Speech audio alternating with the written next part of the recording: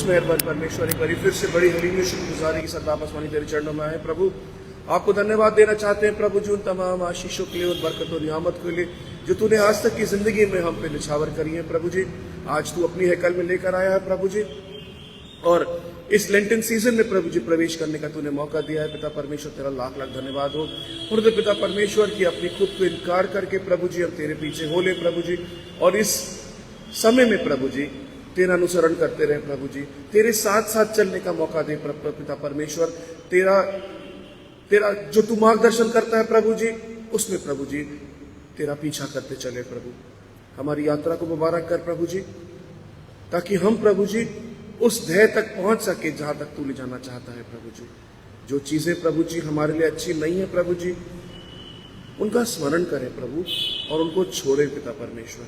उसकी भी प्रभु जी सामर्थ्य तुझसे चाहते हैं प्रभु जी। अपनी पवित्र आत्मा की अगुवाई दे पिता परमेश्वर, ताकि हमको प्रभु जी तेरे पीछे चलने में प्रभु जी किसी प्रकार की कोई रुकावट ना हो प्रभु जी। जब गिरते हैं प्रभु तो संभाल प्रभु जी, अपना हाथ बढ़ा प्रभु जी, ताकि हम प्रभु जी धीमे धीमे करके प्रभु जी तेरे साथ साथ चलने योग्य बन सके पिता परमेश्वर। जितने भी लोग प्रभु जी यहाँ पे सर लगुए हैं प्रभु, हर एक को अपनी आशीष अपनी बरकत से माला मार कर, जो लोग नहीं आए हैं पिता परमेश्वर उनकी भी हादी मुहाफिज हो प्रभु जी, और जो लोग प्रभु जी रास्ते में है प्रभु जी उनको सलामती के साथ लेकर आता कि प्रभु जी हम सब मिल के तेरे दर्शन को पा सके। तेरे वचनों को पढ़े, हमसे बातचीत कर, तेरे गीतों को गाए, उनको कबूल कर। हे बाप आसमानी, सब कुछ तेरे बेटे हमारे खुदावंद यीशु मसीह के नाम में होकर मांग लेते हैं, सुनिए और कबूल कीजिए, आमीन। सबको जय मसीह की। परमेश्वर का धन्यवाद हो कि आज हम लोग लेंटन सीजन में प्रवेश कर रहे हैं, और एक बहुत ही सुंदर सा उसने हमें मौका दिया। बार बार वो हम पे अपना अनुग्रह करता है, बार बार वो हमको प्यार करता है और गिर के संभलने का मौका देता है। एक बार फिर से उसने गिर के संभलने का मौका दिया है। ये समय है जब हम अपने आप को इंट्रोस्पेक्ट करेंगे, जब हम अपना आंकलन करेंगे और परमेश्वर से इसी बात की दुआ करते हैं, प्रभु हमारा हाथ लेके पकड़ के हमको आगे लेके चल। हम अपनी इस इबादत का आगाज करेंगे गीत नंबर 168 गा के, ऐ गुनेगार क्यों गाफिल सोता है। हम सब खड़े हो जाएं और अपनी मेथोडिस्ट हिम्नल्स में इस गीत को पाएंगे हम लोग, और आप बुलेटिन का भी इस्तेमाल कर सकते हैं, वहां पर भी गाने के बोल जो है वो प्रिंटेड है।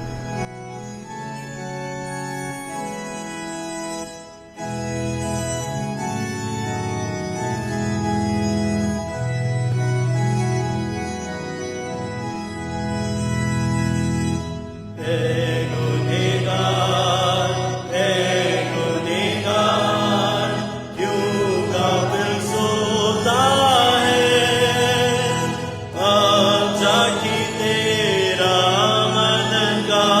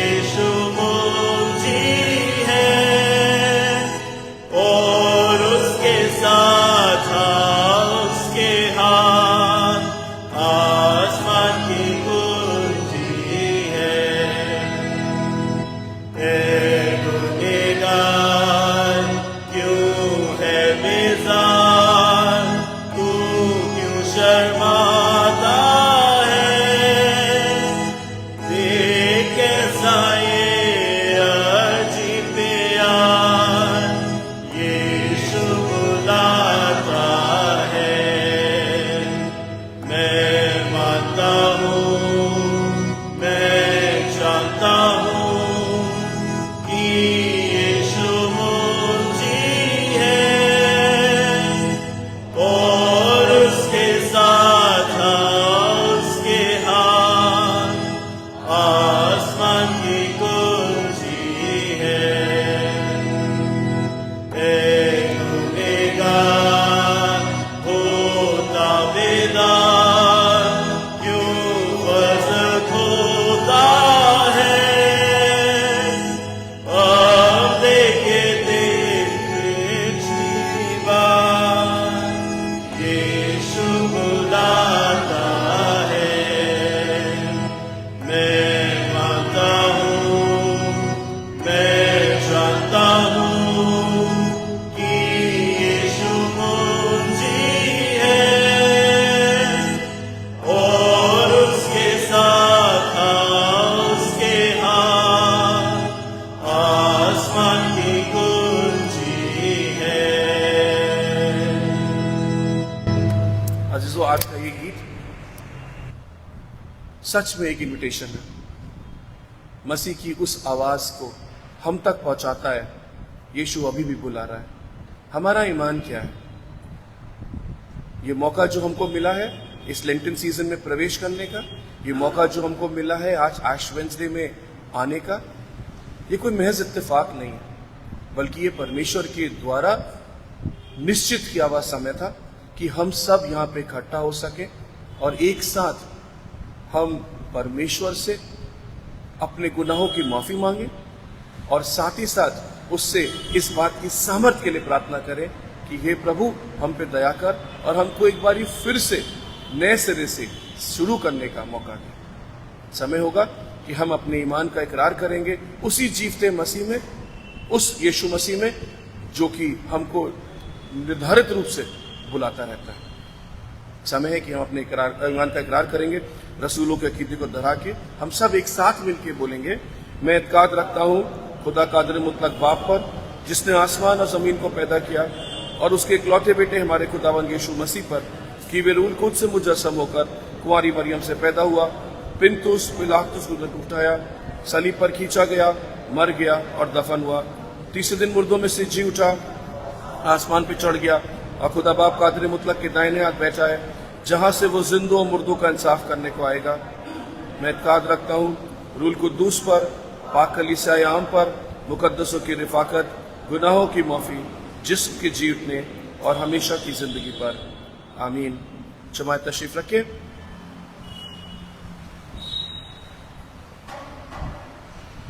अच्छा, तो ये कैसी विडम्बना है?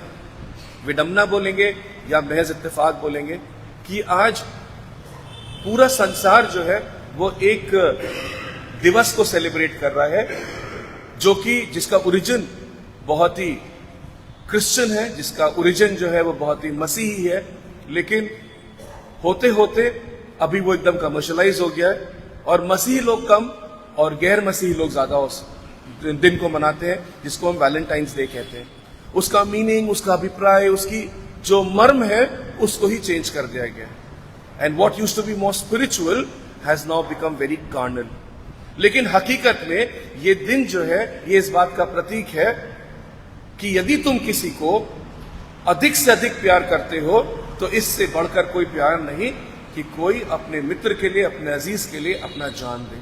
और ये चीजें बोलने में बड़ी अच्छी लगती हैं, मैं तुम्हारे लिए चांद तारे ले आऊंगा, मैं तुम्हारे लिए जान दे दूंगा, and all that happens on Valentine's day.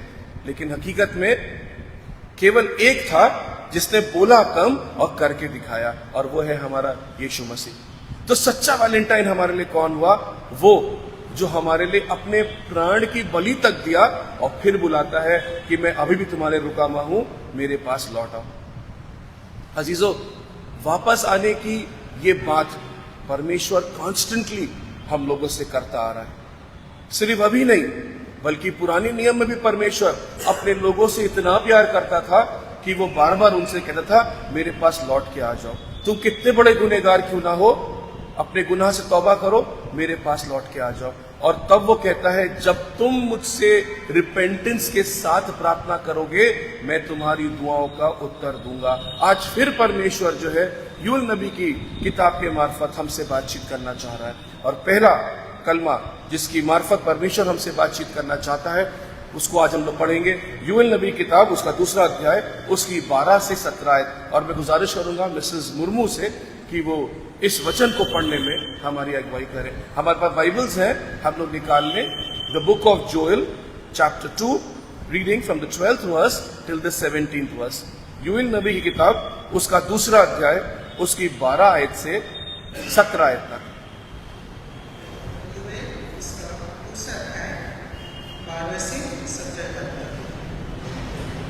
तो भी यहोवा की यह वाणी है, अभी भी सुनो।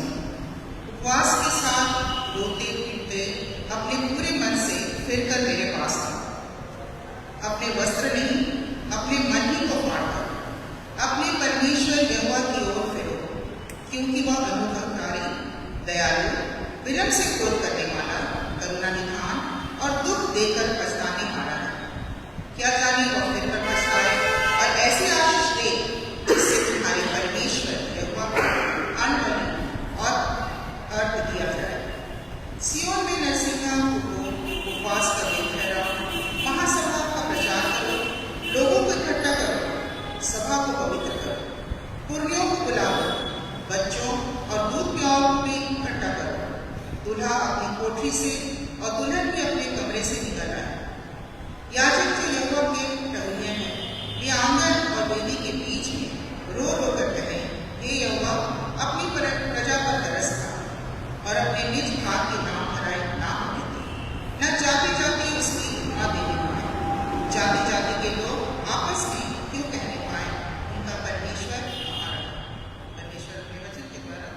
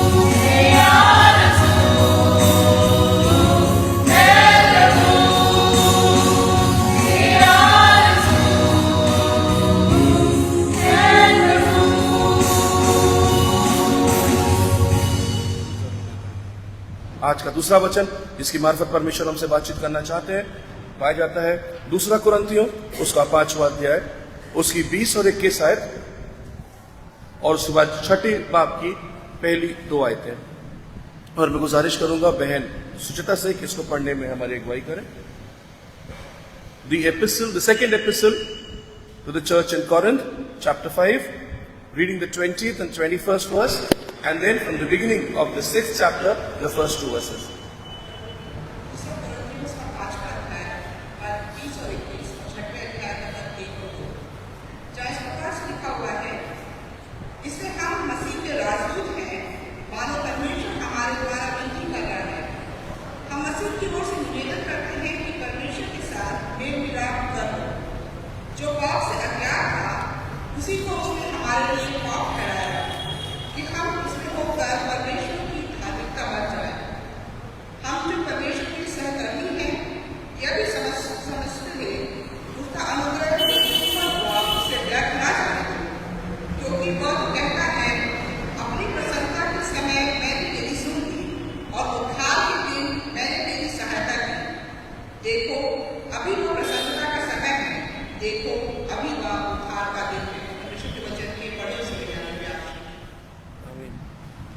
आज का इंजील का पाठ पाया जाता है मत्ती की इंजील उसका 6 बाब उसकी पहली 6 आयतें और फिर 16 आयत से 18 आयत तक। जमायत से अनुरोध है कि सुसमाचार पाठ ले कृपया खड़े हो जाएं। Let us all stand for the gospel acclamation. मत्ती की इंजील उसका 6 अध्याय उसकी पहली 6 आयतें और फिर 16 आयत से 18 आयत तक। The gospel of Jesus Christ according to Saint Matthew chapter 6, reading the first 6 verses and then the 16th and the 18th verse. ये हमारे खुदावंद यीशु मसीह की इंजील है। सावधान रहो, तुम मनुष्यों को दिखाने के लिए अपने धर्म के काम ना करो, नहीं तो अपने स्वर्ग पिता से कुछ भी फल ना पाओगे। इसलिए जब तू दान करे तो अपने आगे तुरही ना बजवा, जैसे कपटी सभाओं और गलियों में करते हैं, ताकि लोग उनकी बढ़ाई करें। मैं तुमसे सच कहता हूं कि वे अपना फल पा चुके। परंतु जब तू दान करे तो तू तेरी दाहिनी हाथ करता है उसे तेरा बायां हाथ ना जानने पाए, ताकि तेरा दान गुप्त रहे, और तब तेरा पिता जो गुप्त में देखता है तुझे प्रतिफल देगा। और जब तू प्रार्थना करे तो कपटियों के समान ना हो, क्योंकि लोगों को दिखाने के लिए सभाओं में और सड़कों की मोड़ पर खड़े होकर प्रार्थना करना उनको अच्छा लगता है। मैं तुमसे सच कहता हूं कि वे अपना प्रतिफल पा चुके। परंतु जब तू प्रार्थना करे तो अपनी कोठरी में जा और द्वार बंद करके अपने पिता से जो गुप्त में है प्रार्थना कर, और तब तेरा पिता जो गुप्त में देखता है तुझे प्रतिफल देगा। 16 आयत से 18वीं आयत तक। जब तुम उपवास करो तो कपटियों की नाई तुम्हारे मुंह पर उदासी ना छाई रहे, क्योंकि वे अपने मुंह बनाए रहते हैं ताकि लोग उन्हें उपवासी जाने। मैं तुमसे सच कहता हूं कि वे अपना प्रतिफल पा चुके। परंतु जब तू उपवास करे तो अपने सिर पर तेल मल और मुंह धो, ताकि लोग नहीं परंतु तेरा पिता जो गुप्त में है तुझे उपवासी जाने। इस दिशा में तेरा पिता जो गुप्त में देखता है तुझे प्रतिफल देगा। ये हमारे खुदावंद यीशु मसीह की इंजील है। इसके पढ़े जाने, सुने जाने, दिल में रखकर अमल किए जाने पर बहुतायत से आशीष हो। जमायत तशरीफ रखें।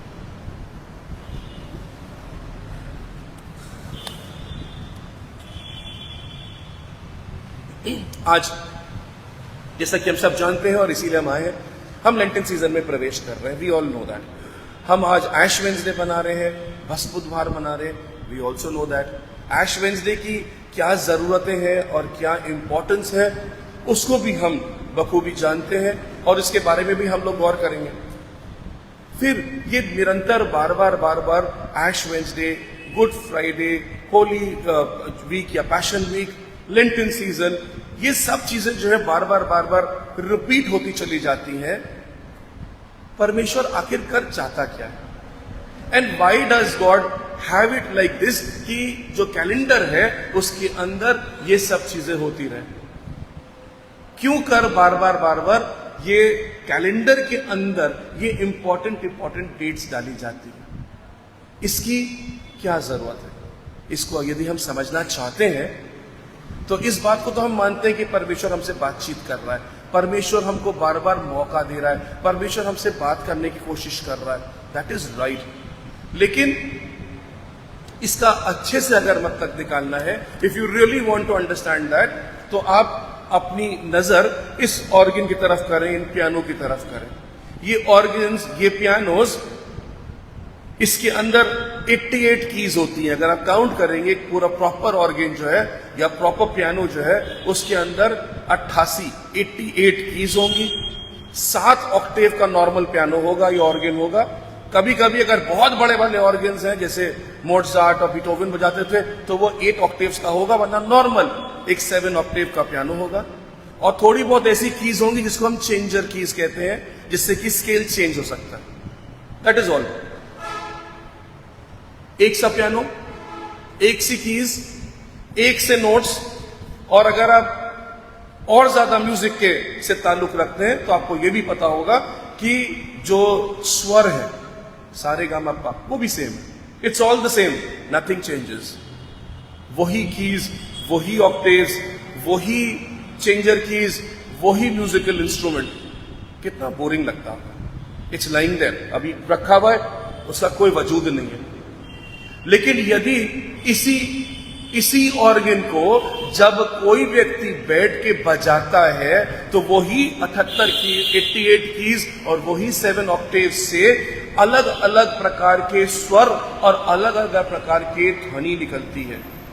Every sound, every song and every sound is different, and it is that sound, it is that song that hits our hearts. कुछ से हम खुश होते हैं, कुछ ध्वनियों से हम रोते हैं, कुछ ध्वनियों से हमें बुरा लगता है, कुछ बहुत अच्छी लगती हैं और कुछ कान में चोट पहुंचाती हैं, और इसलिए हम उनको बुरा बोलते हैं। बुरी ध्वनियां याद में रहती हैं, अच्छी ध्वनियां याद रहती हैं। अजीजों, याद रखो, फर्क फर्क म्यूजिक, फर्क फर्क तरीके के सॉन्ग्स, ऑर्गन एक, ऑक्टेव्स एक, किसके हाथ में है और किस तरीके से सुना जा रहा है, that is what is important. ये बार बार एक ही वचन, बार बार एक ही सेक्शन। अभी जब पैसा आए और जैसे ही उन्होंने ऑर्डर ऑफ वर्शिप देखा, तो उन्होंने भी सेम चीज बोली कि अरे, मैंने भी आज यूएल नबी की किताब के ऊपर ही प्रचार किया। चाहे वो शुनारपुर चर्च हो और चाहे वो सेंट्रल मेथोडिस्ट हिंदुस्तानी चर्च हो, प्रचार भी उन्हीं वचनों पे होगा। लेकिन कौन सा वचन किस व्यक्ति के हृदय में कितना असर करता है, ये डिपेंड करता है सुनने वाले के ऊपर। अगर जैज म्यूजिक बजेगी तो मुझे पसंद नहीं आएगी, क्योंकि जो जैज के प्रशंसक हैं, जिनको जैज अच्छा लगता है, उनके लिए वो म्यूजिक बहुत अच्छी है। इसीलिए व्यक्ति विशेष जब वचनों को सुनता है, वो उसको कैसे ग्रहण कर रहा है, that is important. And now we come to ash Wednesday. What is ash Wednesday? जब आज सवेरे से मैसेजेस आ रहे थे ना, तो एक बड़ा ही व्हाइट बैकग्राउंड पे ब्लैक कलर का क्रॉस बना हुआ था, और उसमें लिखा था, dust art thou and to dust you shall return. Very unchristian, very unchristian. जब हम मसीहत की बात करते हैं, तो मसीहत हमको क्या बताती है? वो आया ताकि हम जिंदगी पाए और बहुतायत की जिंदगी पाए। उर्दू में आया कसरत की जिंदगी पाए, इंग्लिश में आया लाइफ इन अबंडेंस। तो जब जो वचन, जो मसीहत हमको जिंदगी के बारे में बताती है, वो ये क्यों बताती है आज के दिन, ऐश वेडनेसडे के दिन, कि तू राख है और तू राख में मिल जाएगा। कितनी मायूसी भरा सरमन आता है, कितनी मायूसी हमारे सामने आती है जब हम इन टाइप की चीजों को पढ़ते हैं। काला काला बैकग्राउंड, और काले से बैकग्राउंड पे काली ग्रे सा बैकग्राउंड, उसमें काली सी क्रॉस, और उसमें लिखा होगा, dust thou art and to dust thou shall return. कितनी मायूसी। लेकिन अजीजों, वचन को अगर पढ़ोगे तो पाओगे कि हमारा खुदा एक ऐसा खुदा है जो मायूसी में विश्वास नहीं करता, वो जिंदगी में विश्वास करता है। वो किसी भी चीज को खराब अंजाम नहीं देना चाहता। इसीलिए वो परमेश्वर जब कायनात की रचना करता है, तो जो चीज अच्छी नहीं लगती उसको वो चेंज करता है, और जो चीज अच्छी होती है कहता है अच्छा है। जब कायनात की रचना करी तो कहा अच्छा है, जब मनुष्य की रचना करी तो कहा कुछ इनकम्प्लीट है, और फिर उसको कंप्लीट करके कहता है अच्छा है। ये वो परमेश्वर है जिसको कभी भी कोई भी चीज बुरी नहीं भाती, अंधकार से उसकी कोई साहूकारता नहीं है, और इसीलिए वो हर एक बच्चे को मौका देता है, अपनी कायनात के हर एक जन को मौका देता है कि अंधकार से उजाले में आ जाओ। जितनी भी मौत है उससे निकल के जिंदगी में आ जाओ। शैतान के शिकंजे में पड़े हुए हो, वापस निकल के मेरे पास आ जाओ। और इसीलिए वो बार बार अपने पुत्र की मार्फत इस बात का बयान करता है, मेरे उठाने वाले लोगों, बोझ से दबे हुए लोगों, मेरे पास आओ। और इसीलिए आज की जो सर्विस हमने स्टार्ट करी तो इस बात का बयान किया, ए गुनेगार, ए गुनेगार। हम सब गुनेगार हैं, हर एक व्यक्ति, क्योंकि ऐसा ही लिखा हुआ है कि कोई भी ऐसा व्यक्ति नहीं है जो कि पाक साफ हो। हम चाहे कितने भी अच्छे बनने की कोशिश करें, लेकिन ध्यान रखें कि हमारी तासीर, हमारी बेसिक प्रॉपर्टी जो है वो कार्नल है। और चूंकि हमने पाप किया है इसलिए हम पापी हैं, लेकिन हम पापी होने के बावजूद भी मसीह की आवाज को सुनते हैं। और इसीलिए वो गाना कहता है, क्यों गाफिल सोता है।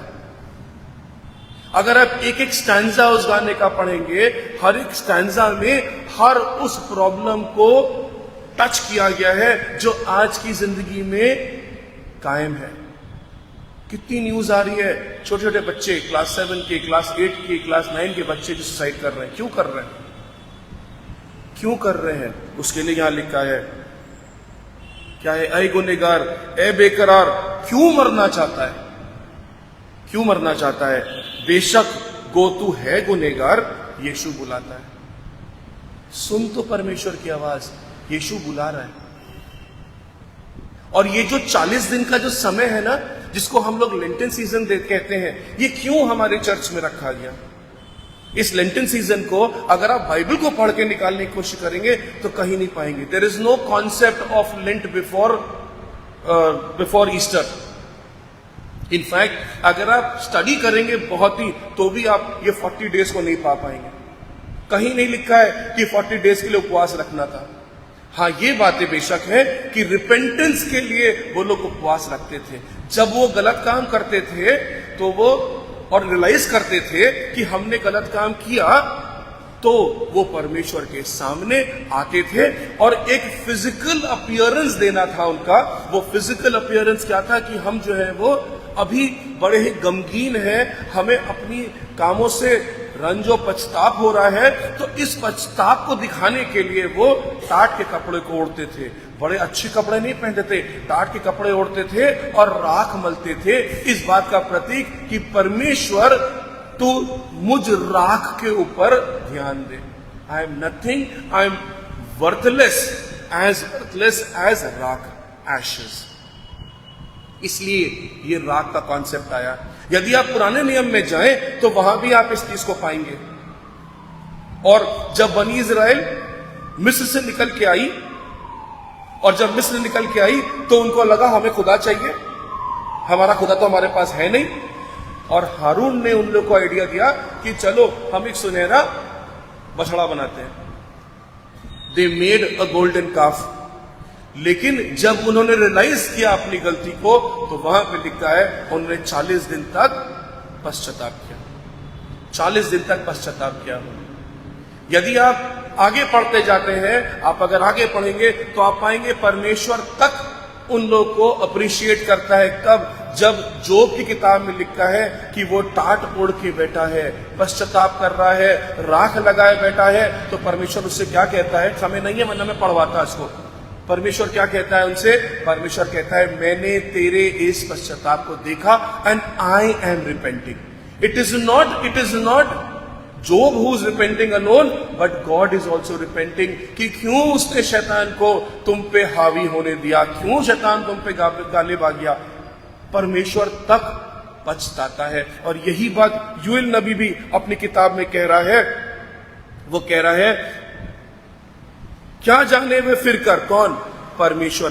क्या जाने वो फिर कर पछताए और ऐसी आशीषें दे जिससे तुम्हारे परमेश्वर यहोवा का अन्न बलि और अर्घ दिया जाए। परमेश्वर खुद पछताता है अपने लोगों को बुरे कामों में पड़े देख के, और तब परमेश्वर जो कि प्यार करने वाला परमेश्वर है, वो परमेश्वर जो स्नेह करता है, वो अपना हाथ बढ़ा के खींच के बाहर निकाल लेता है। इसलिए बार बार कह रहा है, आ जाओ मेरे पास, आ जाओ मेरे पास। और सिर्फ बोलता ही नहीं है, बल्कि वो मौके देता है। और ये वो सच्चा मौका है जो हमको दिया गया है 40 दिन का। Every day he is talking to us, every minute he is talking to us. हमसे बोल रहा है वापस आ जाओ। और वापस आ जाओ तो कैसे? सच्चे मन से तौबा करके वापस आ जाओ। वो ये नहीं कह रहा है कि ऐसे चले आओ, बस सच्चे मन से तौबा करके चले आओ। ये ऐश वेडनेसडे हमारे लिए इस बात को स्मरण कराता है। It is just the beginning.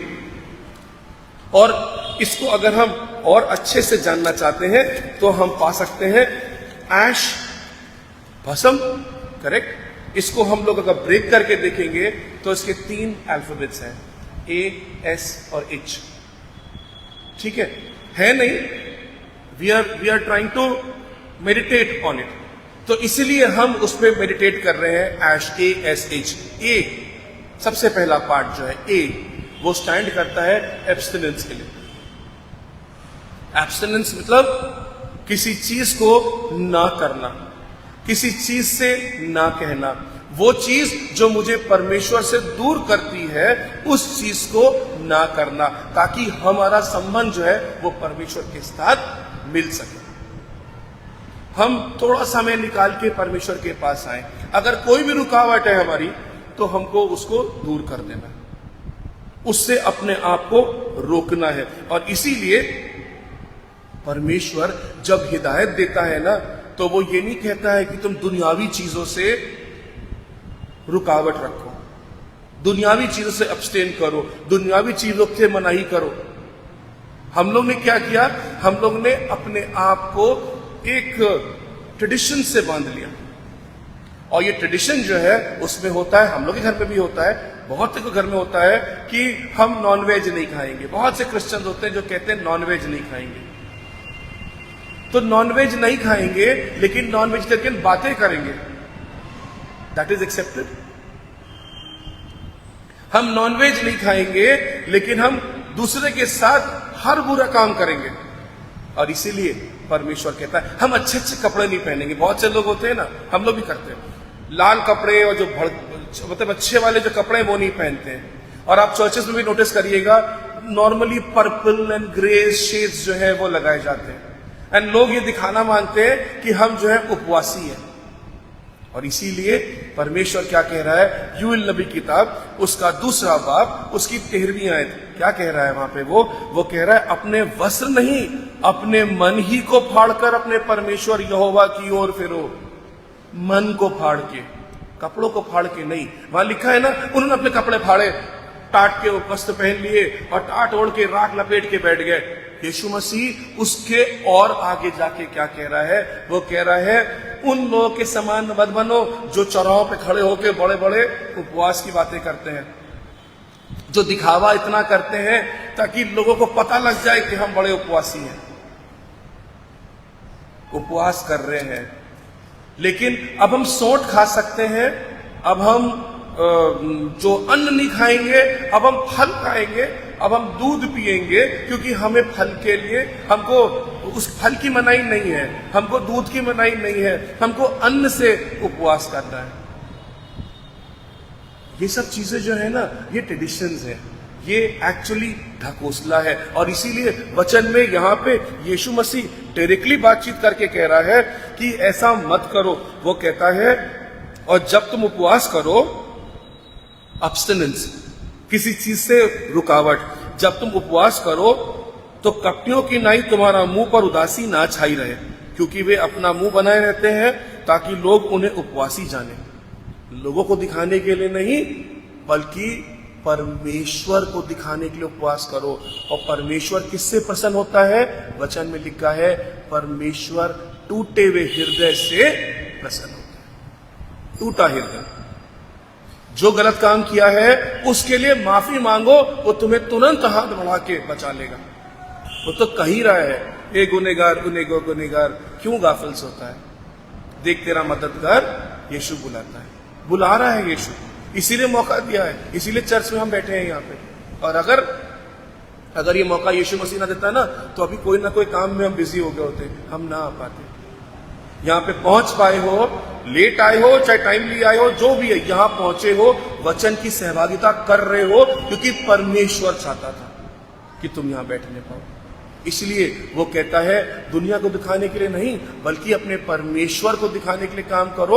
और वो कहता है, यीशु मसीह कह रहा है इस बात को कि जो लोग ये सब करते हैं ना दिखाने के लिए, वो अपना प्रतिफल पा चुके, और वो किसी प्रकार से कोई भी फल नहीं पाएंगे अब, क्योंकि उनको तो दुनिया में फल मिल गया। जो दुनिया में धन इकट्ठा करेंगे वो स्वर्ग में कोई भी आशीष नहीं पाएंगे।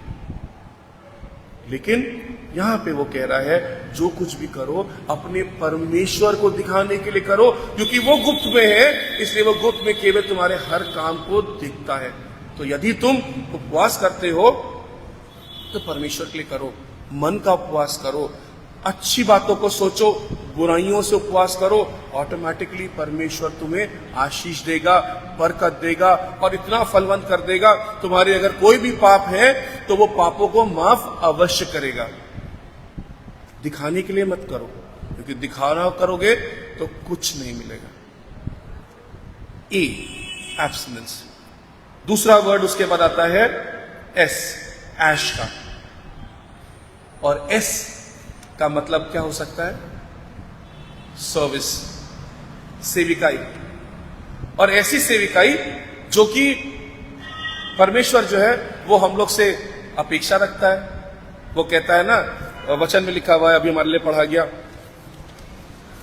करंथियों के नाम कलीसिया को जो खत लिखा गया उसमें वो कहता है, पौलुस कह रहा है, सो हम मसीह के राजदूत हैं, मानो परमेश्वर हमारे द्वारा समझाता है।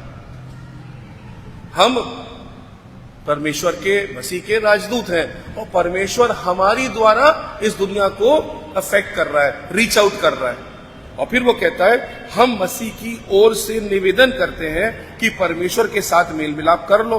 तो जब तुम्हारा कनेक्शन परमेश्वर के साथ होगा तो ऑटोमेटिकली तुम्हारे द्वारा लोग भी प्रभावित होंगे, परमेश्वर को जानेंगे।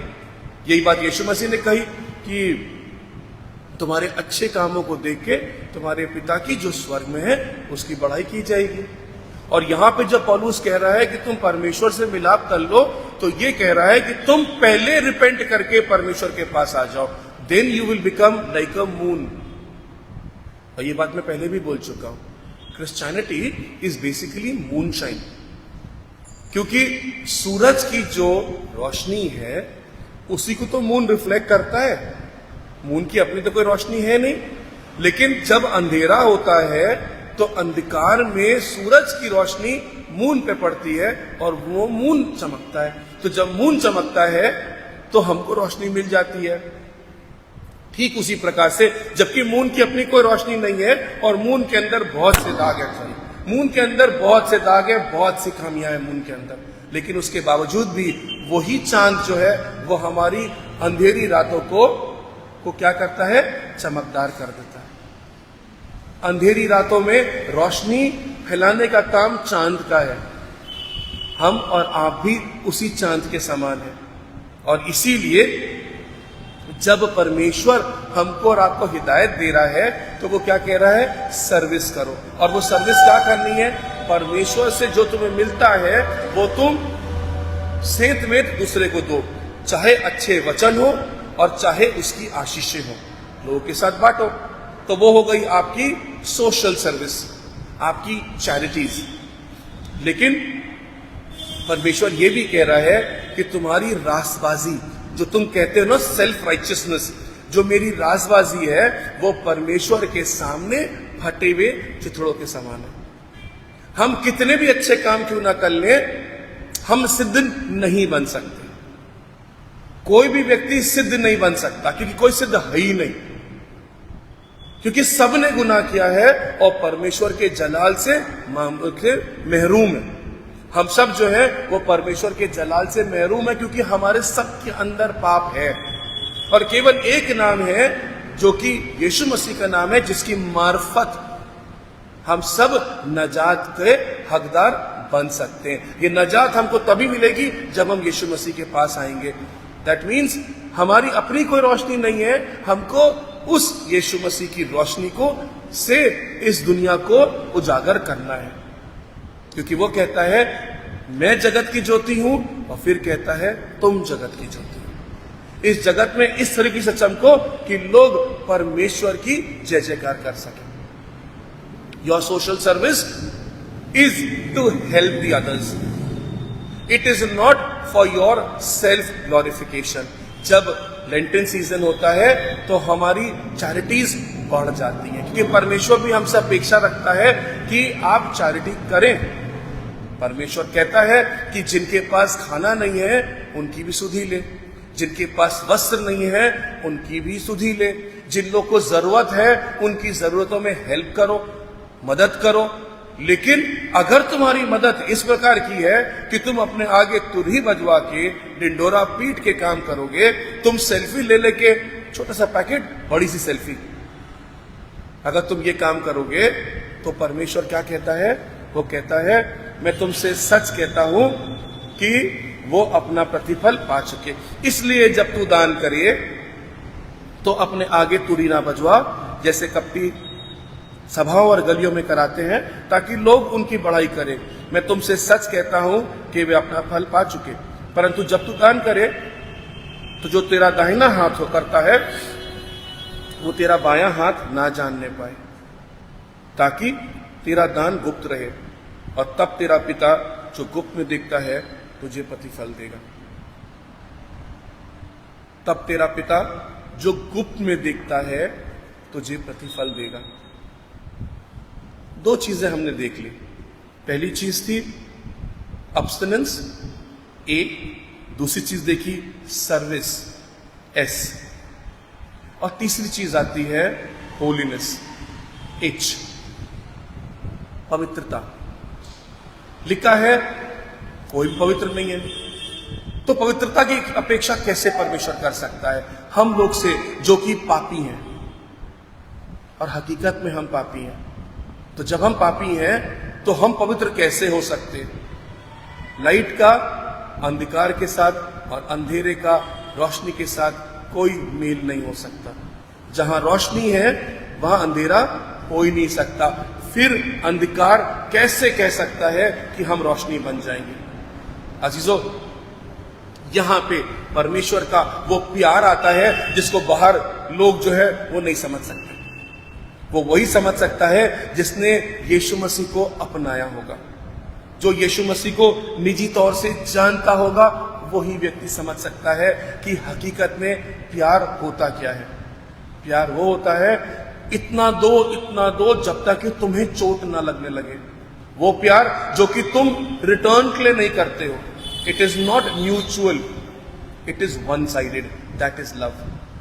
True love is exhibited by Jesus Christ on the cross. There can be no other love like that.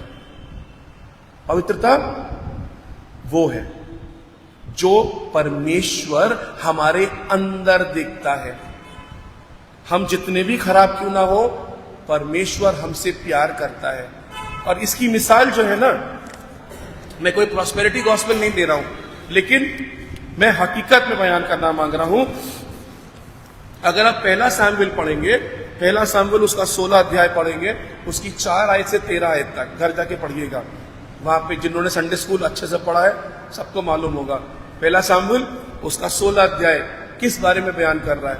पहला सामुएल 16 अध्याय उसकी 4 आयत में लिखा है किस प्रकार से सामुएल जो है वो इजराइल के लिए राजा ढूंढने के लिए निकला। राजा ढूंढने के लिए निकला क्योंकि पहला राजा जो है वो बदमाश निकल गया। उसने परमेश्वर की बातों की अनसुनी करी। इसलिए परमेश्वर ने सामुएल से कहा कि तू चल, मैं तुझे गाइड करूंगा।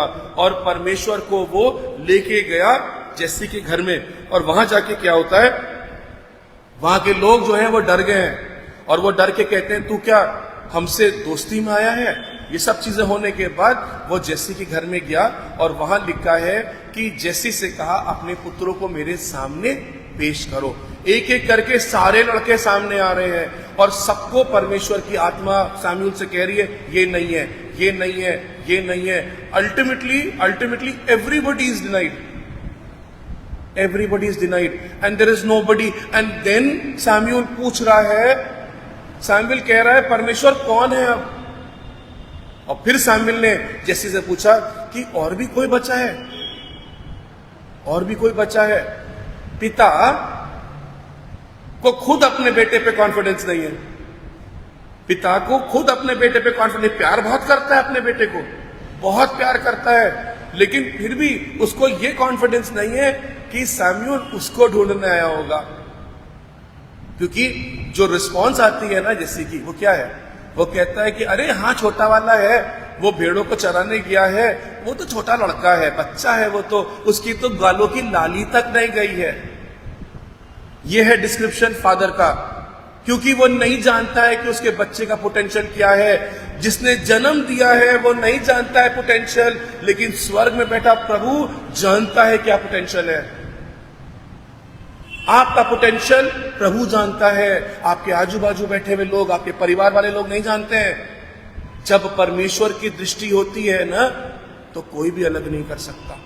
If God wants to raise you, he will take you to the highest pinnacle, but condition is be honest to God. क्योंकि वहां पे लिखा है, अगर आप, मैंने कहीं पे नोट किया था, ठीक है, वहां पे लिखा हुआ है, खुल भी गया, प्रेरितों का काम, एक्ट्स ऑफ द अपोस्टल्स, उसको निकाल लें प्लीज।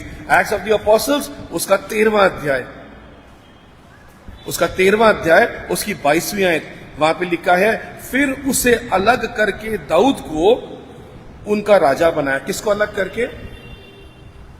दाऊद को नहीं, दाऊद को अलग करके नहीं किया, ठीक है। उससे पहले जो राजा था उसको अलग कर दिया गया, शाऊल को हटा दिया और दाऊद को राजा बनाया।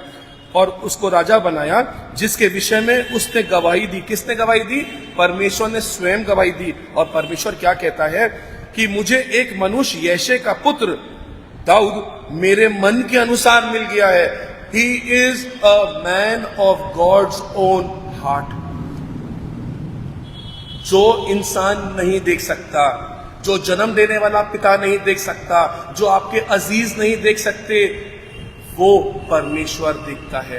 ये वो परमेश्वर है जो आपकी जो अच्छाई है, क्योंकि लिखा है ना, जो तुम्हारा पिता गुप्त में है वो तुम्हें देख रहा है। लोगों को दिखाने के लिए मत करो। ये ऐश वेंसडे, ये लेंटिन सीजन, ये जिंदगी लोगों को दिखाने के लिए नहीं है। ये it is a relationship between you and your God. It is God who is ready always to forgive you। तो कितना ही बड़ा गुनाह क्यों ना हो, कितना ही हमने छुपा के क्यों ना रखा हो, कितनी बड़ी प्रॉब्लम क्यों ना हो, कितनी ही हमें जरूरत क्यों ना हो, अगर तुम्हारा रिलेशनशिप परमेश्वर के साथ सिद्ध है, यदि परमेश्वर तुम्हें जानता है, तो परमेश्वर तुम्हारी अवश्य सुधि लेगा।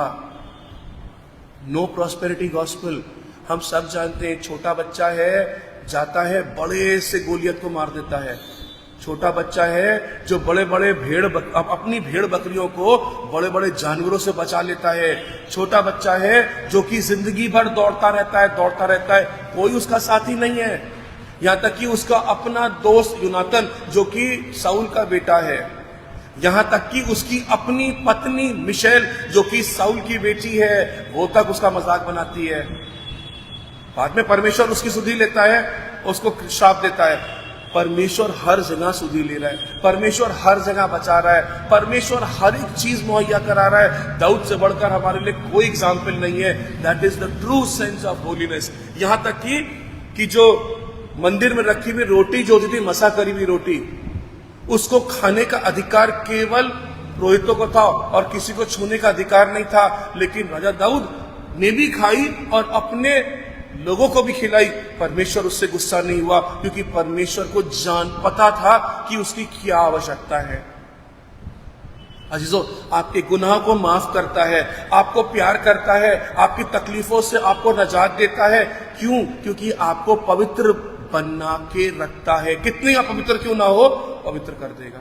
तुम्हारे गुनाह कितने ही बुरे क्यों ना हो, वो हिम की नाई श्वेत कर देगा। आज ये समय है जब परमेश्वर आपसे ऐश वेडनेसडे के दिन बातचीत करना मांगता है। अब्स्टिनेंस करो लेकिन सच्चे मन से, सर्विस करो लेकिन गुप्त तरीके से, ताकि परमेश्वर देखे, केवल इंसान नहीं। और फाइनली पवित्र बनो, कितने ही पापी क्यों ना हो। ये मत सोचना कि मैं तो पापी हूं, मेरा कुछ नहीं होगा। जिसने ये सोचा मेरा कुछ नहीं होगा, वो ही खत्म हो गया। खत्म होने के लिए नहीं बनाया गया है। परमेश्वर ने इसलिए प्यार किया ताकि कोई हलाक ना हो, कोई हलाक ना हो। यूहन्ना अपनी इंजील में लिख रहा है कि जगत से इतना प्यार करता है परमेश्वर कि अपने खुद इकलौते बेटे को कुर्बान कर देता है, ताकि जो कोई उस पर विश्वास करे, कोई भी हलाक ना हो, बल्कि अनंत जीवन पाए। ये अनंत जीवन का रास्ता खोलता है खुदा अपने पुत्र के थ्रू। हमको और आपको पवित्र बनाता है अपने बेटे के मार्फत। और इसीलिए परमेश्वर जो है वो हम लोगों को बार बार बुला रहा है और क्या कह रहा है, रिपेंट करो, वापस लौट के आ जाओ। समय है, ये 40 दिन का समय दिया गया है। इनफैक्ट ये 40 दिन नहीं है, these are 46 days. Lenten season is 46 days because Sundays are not counted. ये 46 डेज मतलब 1 महीने से ज्यादा हमारे पास है। यदि हम रोज उपवास करेंगे अपनी बुराइयों से, यदि हम रोज समय निकाल के प्रार्थना करेंगे अपने परमेश्वर से, और यदि हम रोज परोपकार के काम करेंगे परमेश्वर की नजर में जो ग्रहण योग्य है, तो डेफिनेटली हमारा संबंध जो है परमेश्वर के साथ होगा। इसीलिए जब बुलेटिन आपके पास भेजा गया तो पता नहीं कितनों ने गौर किया, आपने एंड तक स्क्रॉल किया कि नहीं किया। नीचे की तरफ जो पेज पे बना हुआ है वो क्या है, एक तरफ है ऐश वेडनेसडे और एक तरफ है होली वीक।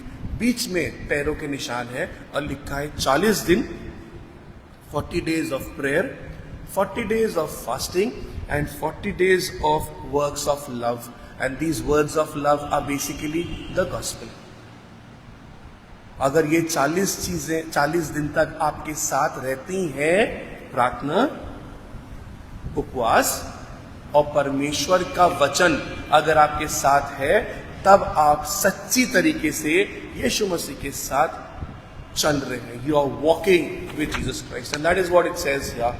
आपके पास ये बुलेटिन भेजा गया है, कृपया करके समय निकालें, इसको देखें, इसको समझें और तब आप प्रार्थना करें। बिकॉज यहां पे लिखा हुआ है walking with Jesus these 46 days, and if you are walking with Jesus, then Jesus is going to lead you. If you are walking with Jesus, Jesus will hold your hand and walk with you. And जब आप difficult situations में आएंगे तो यीशु मसीह आपका हाथ ही नहीं थामे रहेगा, आपको उठा के गोद में ले लेगा। And he will carry you because you are walking with Jesus. हम प्रार्थना करें। कुद्दूस मेहरबान परमेश्वर, एक बार फिर से प्रभु जी तुझे लाख लाख धन्यवाद देना चाहते हैं प्रभु जी कि तूने हम लोग को मौका दिया पिता परमेश्वर कि हम नए सिरे से स्टार्ट कर सके। प्रभु जो भी गलत काम किया है प्रभु जी उसके लिए माफ कर प्रभु जी, और हमको प्रभु जी तू संभाल ताकि हम गिर के संभलने पाए प्रभु जी। हम कहाँ से गिरे हैं प्रभु जी, हम किसी को भी उसका लिखा नहीं देते प्रभु जी, केवल तू तेरे प्रभु जी। इसलिए तुझसे मिन्नत करते हैं प्रभु जी, हम इतने सक्षम भी नहीं है प्रभु जी कि हम खड़े होने पाए प्रभु, क्योंकि हमारे पाप इतने ज्यादा हैं। लेकिन बाप तू हमसे बातचीत कर प्रभु जी और तू संभाल प्रभु जी, पवित्र आत्मा दे प्रभु जी, ताकि उसकी अगुवाई में प्रभु जी, उससे प्रभु जी सहायता पाके प्रभु जी हम तेरे साथ चलने के योग बन सके। जितने भी अजीज यहाँ पे बैठे हैं प्रभु जी, या ऑनलाइन जुड़े हैं या बाद में जुड़ते हैं प्रभु जी, हर एक को प्रभु जी संभलने का मौका दे। सारा आदर, सारी महिमा, सारा जलाल और गौरव यीशु मसीह आपको देते हुए इस प्रार्थना को आपके नाम से मांगते हैं, सुनिए कबूल कीजिए। समय है कि हम लोग उन चंद बातों को सुनेंगे कि लेंट सीजन जो है वो हमसे क्या बातचीत करना चाहता है और क्या हमको हिदायत देता है।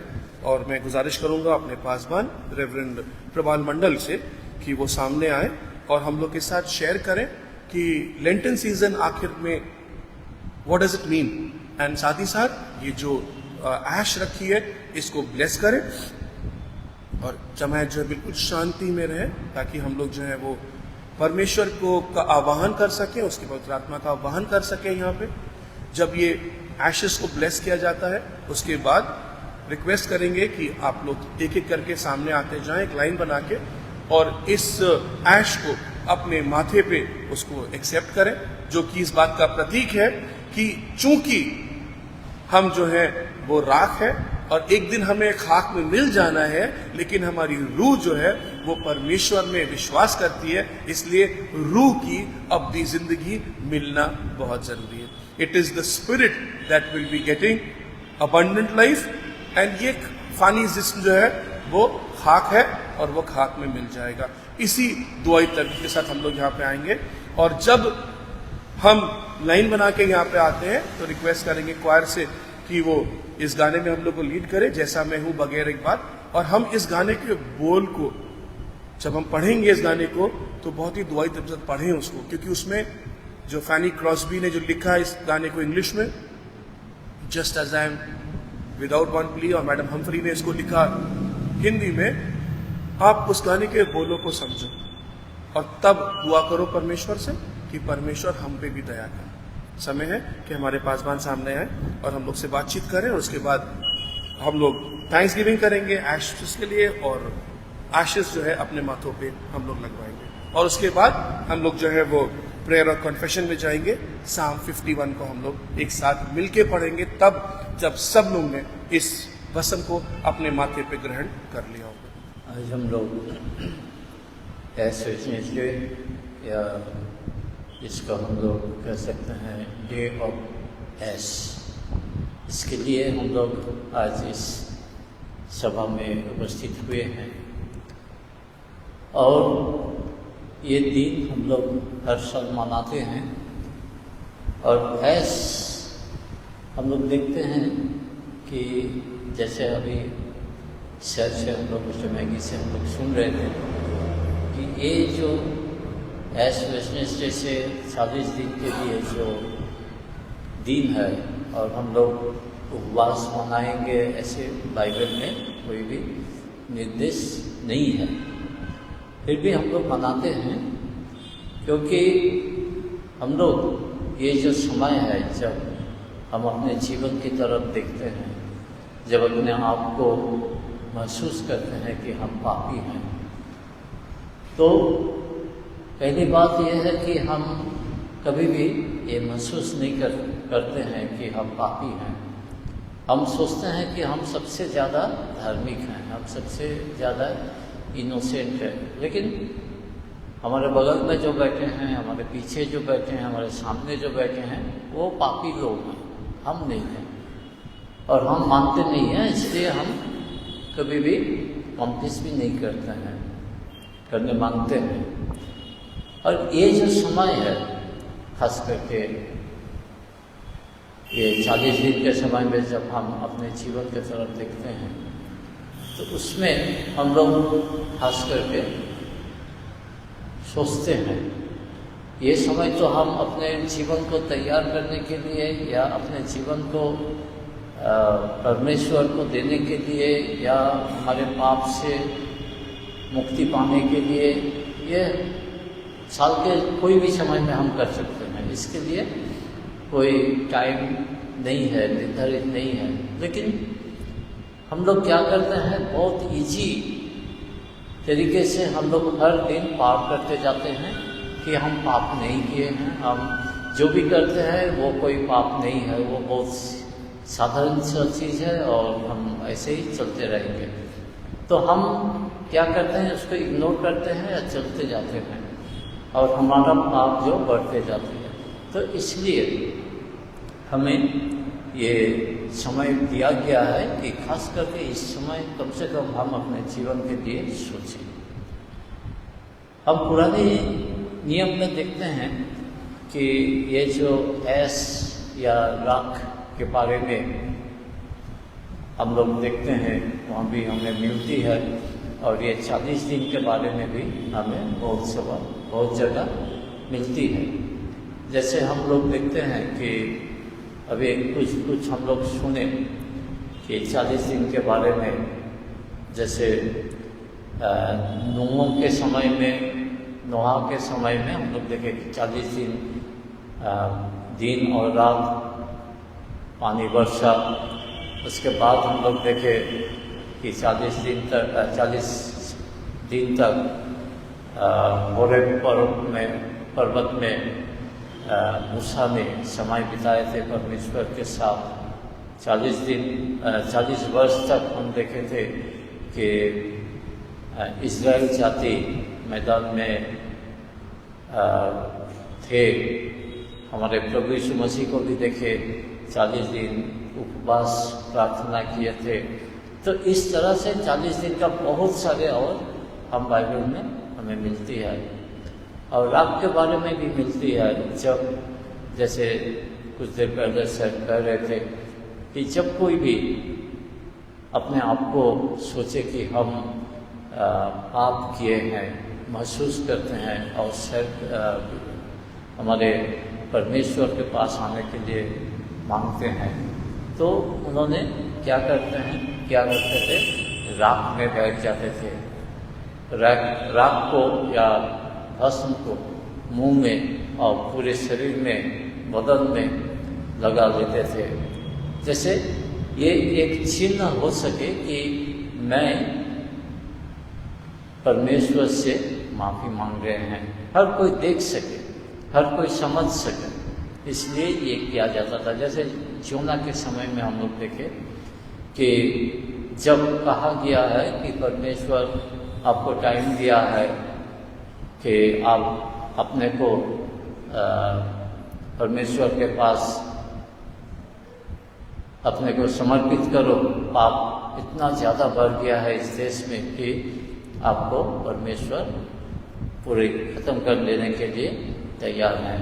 तो इसलिए हम लोग देखें वहाँ के जितने प्रजा हैं, राजा हैं और पशु हैं, हर एक जन राख में बैठ गए और क्या किए, जो जूट का कपड़ा वो उसके ऊपर वो पहन लिए। ऐसा करके वो अपने को तैयार किए परमेश्वर के पास, और उन लोग ने प्रार्थना किए, अपने पापों के लिए क्षमा मांगे। इस तरह से हम लोग देखते हैं कि उनको क्षमा मिला, परमेश्वर उन्हें क्षमा किए। और इस तरह से हम देखते हैं कि परमेश्वर हमारे एक जो ये राख है अर्थात मिट्टी है, ये भी राख के समान। हम लोग बोलते हैं कि जलकर राख हो गया, कुछ भी हम लोग बोलते हैं कि जलकर राख हो गया, मतलब खत्म हो गया और कुछ नहीं है। तो हमारे शरीर को, हमारे जीवन को भी परमेश्वर के सामने वैसे ही रख कर खत्म कर देना है। हमारे इस जीवन को तैयार करना है परमेश्वर के लिए, हमारे लिए कुछ नहीं है। हमारे जीवन परमेश्वर के लिए है, परमेश्वर अपने लिए हमें तैयार किए हैं। तो परमेश्वर को अपने जीवन को पूरी समर्पित करना है। और इसी समय जो भी हम करेंगे वो दिखावटी नहीं, लेकिन अंदर ही अंदर हम लोग करेंगे, क्योंकि परमेश्वर दिखावटी पसंद नहीं करते हैं। इसलिए आइए, ये जो समय है, आज से 40 दिन हम लोग जो मनाते हैं, जिसमें हम लोग संडे को नहीं गिनते हैं, इसलिए सर बोल रहे थे कि 46 डेज, तो हम लोग संडे नहीं गिनते हैं। आज से शुरू होती है और सैटरडे तक, गुड फ्राइडे के बाद जो सैटरडे आती है, उतने देर तक हमारे ये दिन हम लोग गिनते हैं और उस हिसाब से हम लोग अपने जीवन को तैयार करते हैं। परमेश्वर के पास समर्पित करें। हम दुआ करें। हे हमारे परम पिता परमेश्वर, धन्यवाद देते हैं प्रभु, आपने हमें बहुतों में से चुन लिए हैं आज के ये इस दिन को मानने के लिए, आपके पास आने के लिए, और इस तरह अपने जीवन को तैयार करने के लिए कि आपके पास हम अपने जीवन को समर्पित कर सकें और अपने जीवन के बारे में हम सोचें और हमारे पापों के लिए हम पश्चाताप करें, आपसे माफ़ी मांगें। प्रभु इस समय इसके लिए जो सिंबॉलिक ये ऐस है प्रभु, जो हम देखते हैं पवित्र बाइबल में, पुराने नियम में भी यूज़ किया गया है, जो हमें याद दिलाती है प्रभु कि ये कुछ नहीं है हमारे जीवन में। और प्रभु इस जीवन को हम अपने जीवन में ज़्यादा इम्पोर्टेंस नहीं दें, ये शरीर को इम्पोर्टेंस नहीं दें, लेकिन अपने जीवन को, अपनी आत्मा को इम्पोर्टेंस दे, जैसे हम अपने जीवन को, अपने हृदय को, अपनी आत्मा को आपके लिए तैयार कर सके।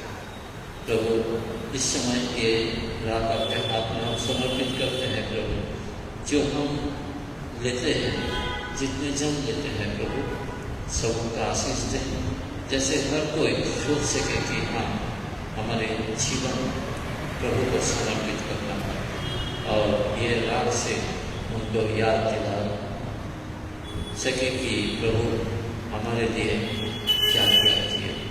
प्रभु इस समय ये आपके हाथ में समर्पित करते हैं। आप जितने जन ये ग्रहण करते हैं प्रभु, उन सबों के मन में आप बात करें और हर कोई जैसे अपने जीवन को तैयार करे और आपके पास आ सके, अपने जीवन को परिवर्तित कर सके। यीशु के नाम से मांगते हैं।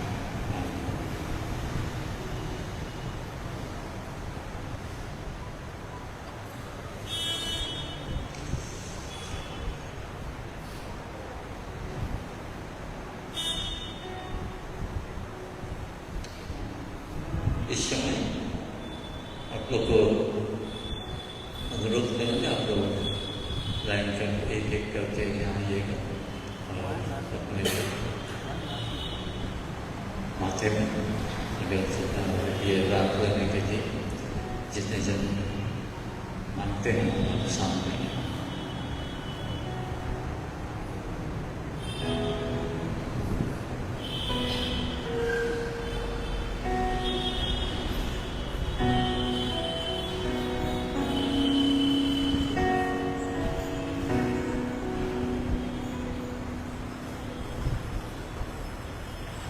Amen.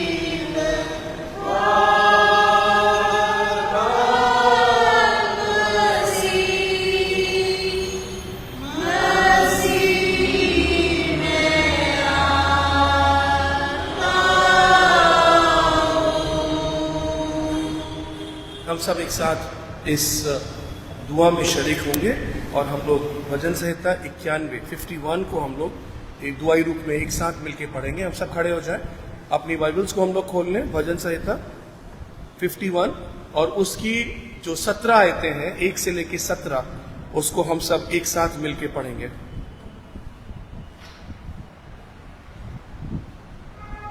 एक साथ मिलके बोलेंगे, हे परमेश्वर, अपनी करुणा के अनुसार मुझ पे अनुग्रह कर, अपनी बड़ी दया के अनुसार मेरे अपराधों को मिटा दे।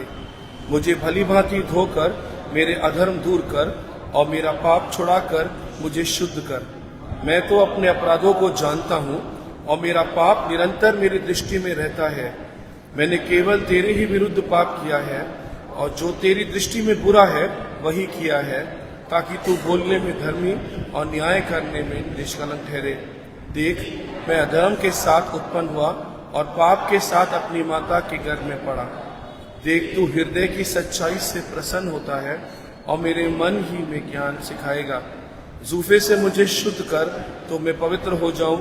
मुझे धो और मैं हिम से भी अधिक श्वेत बनूंगा। मुझे हर्ष और आनंद की बातें सुना, जिससे जो हड्डियां तूने तोड़ डाली हैं वे मगन हो जाएं। अपना मुख मेरे पापों की ओर से फेर ले और मेरे सारे अधर्म के कामों को मिटा डाल। हे परमेश्वर, मेरे अंदर शुद्ध मन उत्पन्न कर और मेरे भीतर स्थिर आत्मा नए सिरे से उत्पन्न कर। मुझे अपने सामने से निकाल ना दे और अपने पवित्र आत्मा को मुझसे अलग ना कर। अपने किए हुए उद्धार का हर्ष मुझे फिर से दे और उदार आत्मा देकर मुझे संभाल। तब मैं अपराधियों को तेरे मार्ग सिखाऊंगा और पापी तेरी ओर फिरेंगे। हे परमेश्वर, हे मेरे उद्धारकर्ता परमेश्वर, मुझे हत्या के अपराध से छुड़ा ले, तब मैं तेरे धर्म का जय जयकार करने पाऊंगा। हे प्रभु, मेरा मुंह खोल दे, तब मैं तेरा गुणानुवाद कर सकूंगा।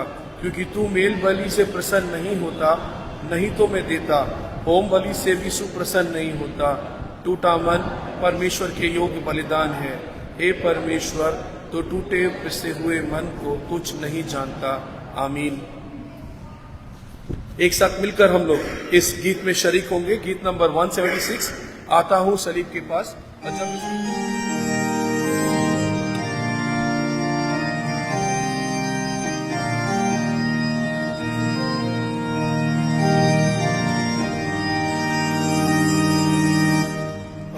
हूँ सलीब के पास, मैं हूँ अंधा लाचार, मेरी आँखें क्रूस पर खास, हूँ नजारा तलबगार।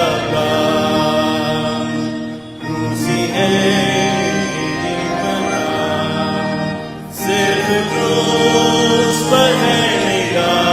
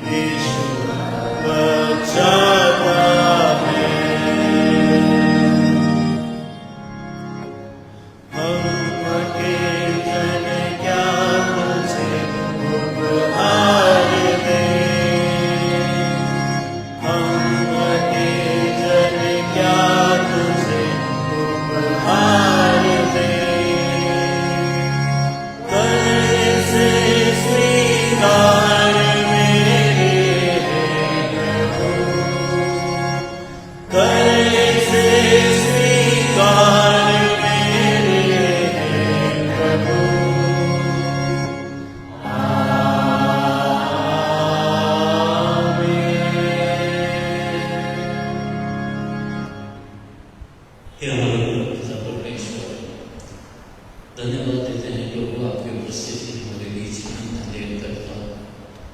और हम जानते हैं प्रभु कि आज आपने हमारे हर एक के साथ बातचीत की प्रभु।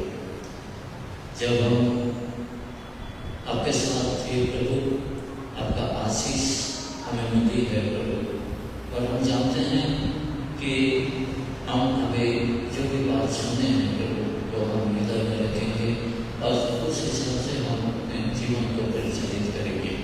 अपने जीवन में आपके पवित्र चरणों में उपस्थित होंगे प्रभु। इस समय हम अपने आप को आपके हाथ में समर्पित करते हैं प्रभु। हमारे साथ हों, हमारे परिवार में हों, हमारे हर एक के जीवन को आप प्रभु जानते हैं और जो कुछ भी जरूरतें हैं प्रभु आप पूरा कीजिए। जैसे प्रभु हम पवित्र बने आपके जैसे, आप जैसे चाहते हैं वैसे ही अपने जीवन को प्रभु तैयार करें। और हम मिट्टी हैं, आप कुम्हार हैं प्रभु, और अपने जीवन हमारे जीवन को आप हमें तैयार करें जैसे हम आपके बच्चे हो सके। इस दुआ को प्रभु यीशु के नाम से मांगते हैं, आमीन। हम एक साथ प्रभु की प्रार्थना करेंगे। हमारे बाप तुझे स्मरण करें, तो नाम पाक होना चाहिए, बादशाह करें।